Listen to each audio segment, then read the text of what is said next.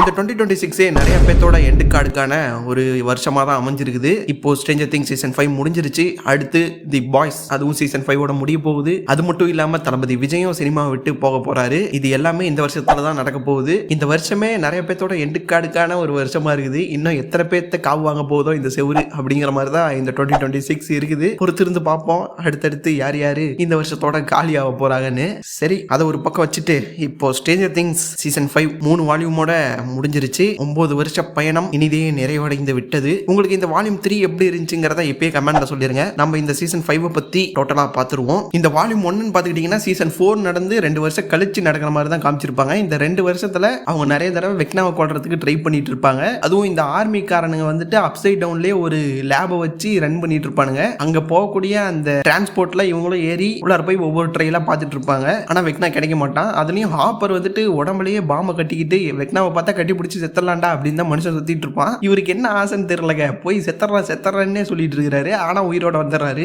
என்னத்த சொல்றதுன்னு தெரியல. அடுத்து இந்த வால்யூம் 1ல எல்ல தான் சொல்லி ஆகணும். எல்ல வந்து ட்ரைனிங் எல்லாம் பண்ணிட்டு இருப்பா. இந்த கிரேவ் யார்டு இருக்கும்ல, அந்த பழைய காருங்கெல்லாம் நின்றுட்டு இருக்குமே, ஃபர்ஸ்ட் சீசன்ல கூட காட்டுவாங்களே, அந்த இடத்துல ட்ரைனிங் பண்ணிட்டு இருப்பா. ஹாப்பர் தான் ட்ரைனிங் கொடுத்துட்டு இருப்பாரு. இதே நேரத்துல மிலிட்ரி வந்துட்டு எல்ல தேடிட்டு இருப்பாங்க. ஆனா இந்த மிலிட்ரி காரன்கள் பத்தி ஒன்னு சொல்லணுங்க. மலுமட்டையா இருக்கிறானுங்க. இருக்கிறதுலே ஒரு மலுமட்டை. மேல இருந்து ஒரு அந்த பிளானட் எக்ஸ்ங்கிறதே பூமி அழிக்க போகுது வந்துட்டு இருக்குது. அதை பத்தி உனக்கு கண்டுக்கல. எல்லாம் கண்டுபிடிச்சி இதே மாதிரி இன்னும் நிறைய பேர்த்து உருவாகணும்னு தான் பார்த்துட்டு இருக்கிறானுங்க. மலுமட்டையா இருக்கிறானுங்க. இருக்கிறதுலயே இந்த ஆர்மி காரணங்க.